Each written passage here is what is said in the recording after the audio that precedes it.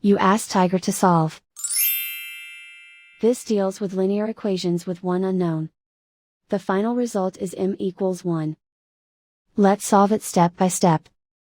Simplify the expression. Combine like terms. Group all constants on the right side of the equation. Subtract 20 from both sides.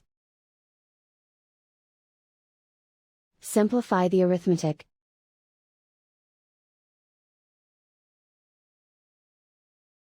Isolate the m.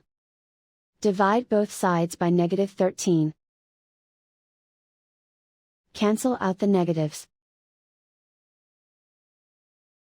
Simplify the fraction. Cancel out the negatives. Simplify the fraction.